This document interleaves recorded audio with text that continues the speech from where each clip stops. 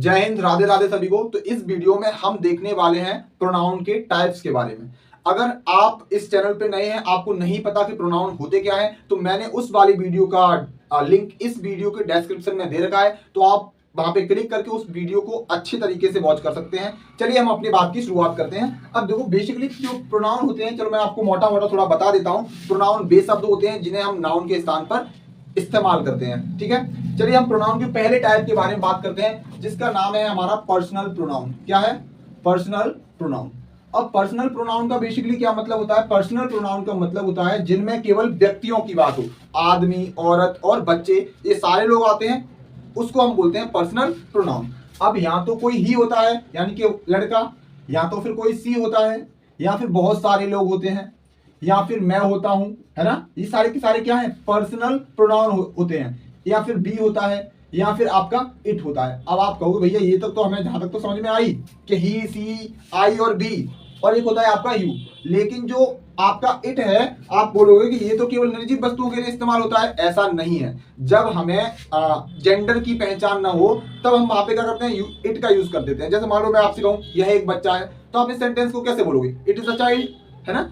तो बच्चे से तो आपको पता नहीं चला कि इसका जेंडर क्या है, मेल है या फिर फीमेल है ना। बच्चा मतलब बच्चा। तो फिर ऐसे केसेस में हम क्या करते हैं? इट का यूज करते हैं। ठीक है। अब एक बात आप गौर से देखना, इनके चार प्रकार होते हैं। इनकी मतलब इनकी चार फॉर्म होती है। पहली होती है आपकी सब्जेक्टिव, क्या? Subjective pronoun. दूसरे होते हैं आपके ऑब्जेक्टिव, ठीक है। तीसरा होता है आपका पजेसिव एडजेक्टिव, क्या? पजेसिव एडजेक्टिव, ठीक है। और जो चौथा होता है वो होता है हमारा पजेसिव प्रोनाउन, ठीक है। चलिए हम आप इनकी चारों फॉर्म का देखते हैं। अब पहला है हमारा ही। क्या है? ही। और ही का ऑब्जेक्टिव केस क्या होता है? आप बोलोगे हिम, ठीक है। इसका पजेसिव केस क्या होगा? इसका पजेसिव केस होगा हिज। इसका पजेसिव प्रोनाउन क्या होगा? इसका पजेसिव प्रोनाउन होगा आपका हिज। मतलब यहाँ पे कोई चेंजेस नहीं है। वैसे ही हम देखते हैं सी का। सी का ऑब्जेक्टिव केस हर होता है। इसका पजेसिव एडजेक्टिव क्या होता है? हर। परंतु इसका जब पजेसिव प्रोनाउन निकालोगे तो वो इसका पजेसिव प्रोनाउन निकलता है आपका हर्ष। ध्यान, थोड़ी देर आप वेट करो, हम इस वीडियो में, इस लेक्चर में आपको बताएंगे कि बेसिकली एग्जांपल के जरिए से बेसिकली इन सारी चीजों का यूज हम करते कैसे हैं, ठीक है। फिर आता है हमारा दे। दे का ऑब्जेक्टिव केस देम होता है। पजेसिव एडजेक्टिव आपका देयर होता है। और फिर इसका पजेसिव प्रोनाउन होता है आपका देयर्स, ठीक है। वैसे ही हम निकालेंगे यू का। यू का ऑब्जेक्टिव केस यू ही रहता है। पजेसिव एडजेक्टिव क्या हो जाएगा हमारा? योर। और पजेसिव प्रोनाउन की बात करेंगे तो वो हो जाएगा हमारा योर्स।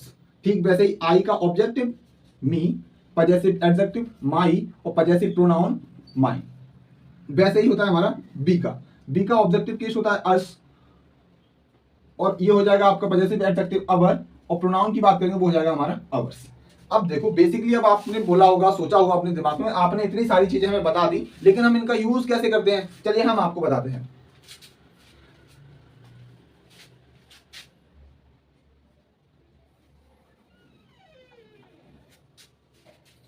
जैसे मान लीजिए मैंने एक एग्जांपल लिया, आई टीच यू।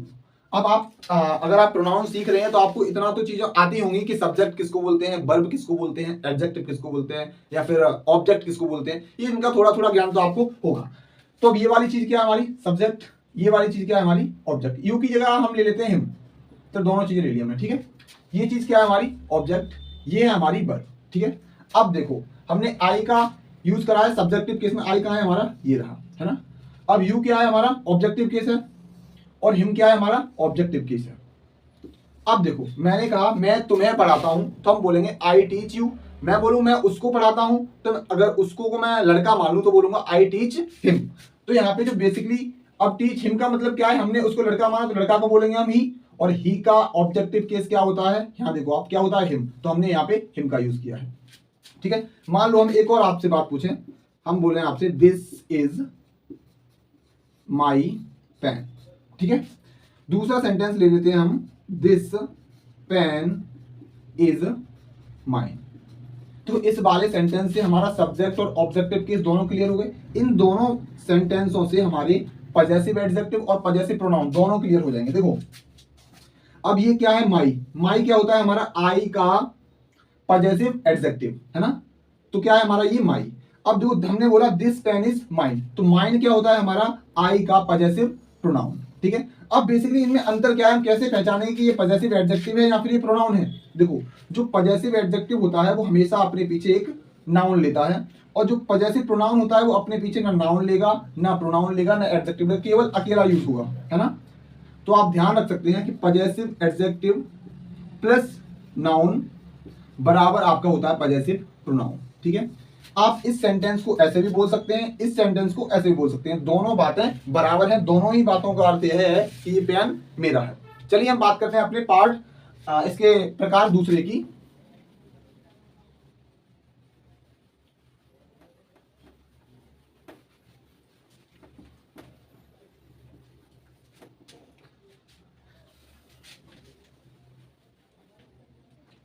अब दूसरा टाइप क्या है हमारा, रिफ्लेक्सिव प्रोनाउन। क्या है हमारा रिफ्लेक्सिव प्रोनाउन। मेरे ख्याल से रिफ्लेक्सिव प्रोनाउन का नाम बदलकर रख देना चाहिए इंडिपेंडेंट प्रोनाउन। मतलब जो प्रोनाउन क्या होते हैं, ऐसे प्रोनाउन होते हैं जो क्या करते हैं, ऐसी मतलब वर्ब जो होगी वो क्या करेगी, सब्जेक्ट को फोर्स करेगी, धक्का मारेगी। कैसे, जैसे मान लो आपने देखा होगा, मान लो आप अपने घर पे जाओ, आप अपने छोटी भाई बहन से बोलोगे एक गिलास पानी ले लो बेटा, तो आपकी बहन बोलेगी तू खुद ले ले, है ना। तो जो खुद वाली बात आई तो वो क्या होगा, आपका रिफ्लेक्सिव प्रोनाउन। ऐसे सेंटेंस जिनमें खुद है ना या फिर अपने आप शब्द आता है, वो सारे के सारे उनमें क्या करते हैं, रिफ्लेक्सिव प्रोनाउन का यूज करते हैं, ठीक है। जैसे मान लो मैंने आपसे कहा you do your work yourself, तुम अपना काम खुद करो। अब देखो, है ना, करना किसको परेशान किया इसने, सब्जेक्ट को, कि भैया तेरे काम कोई ना करे को करो केवल तुम।